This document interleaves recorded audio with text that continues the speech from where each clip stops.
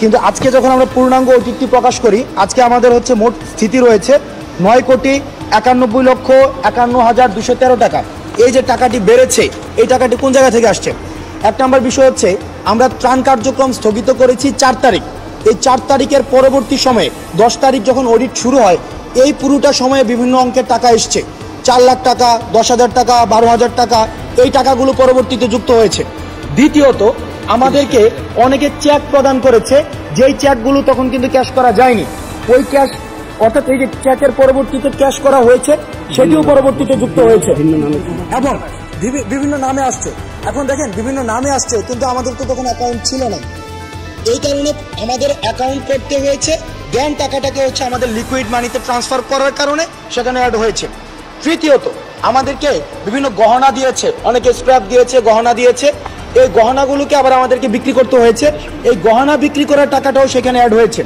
চতুর্থত, আমাদের ওই সময়ে কয়েন যেটা থাকে, কয়েন, এই কয়েনের টাকাটা, পয়সাটা ইনস্ট্যান্ট সেক্ষেত্রে গুণাটা সম্ভব হয়নি।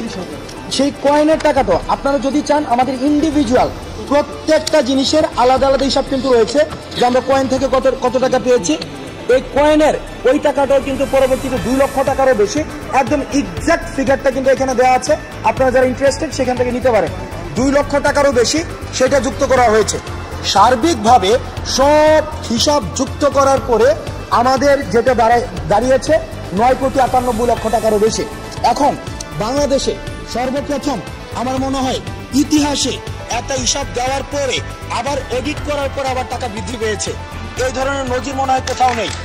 আমরা সর্বপ্রথম আমাদের দেখেন প্রায় অলমোস্ট 60 লাখ টাকা কিন্তু বৃদ্ধি পেয়েছে। এখন যারা বিভিন্ন সময় এলিগেশনে এসেছে, টকশো বুদ্ধা, ইউটিউব বুদ্ধা অনেকে রয়েছে, আমরা এলিগেশন এনেছে আমাদের বিরুদ্ধে যে টাকা নিয়ে নাকি আমাদের ঘুরতে চলে গিয়েছে, টাকা নিয়ে এটা চলে গিয়েছে, গাড়ি কিনেছে। এই বিষয়গুলো কিন্তু আমাদের বিরুদ্ধে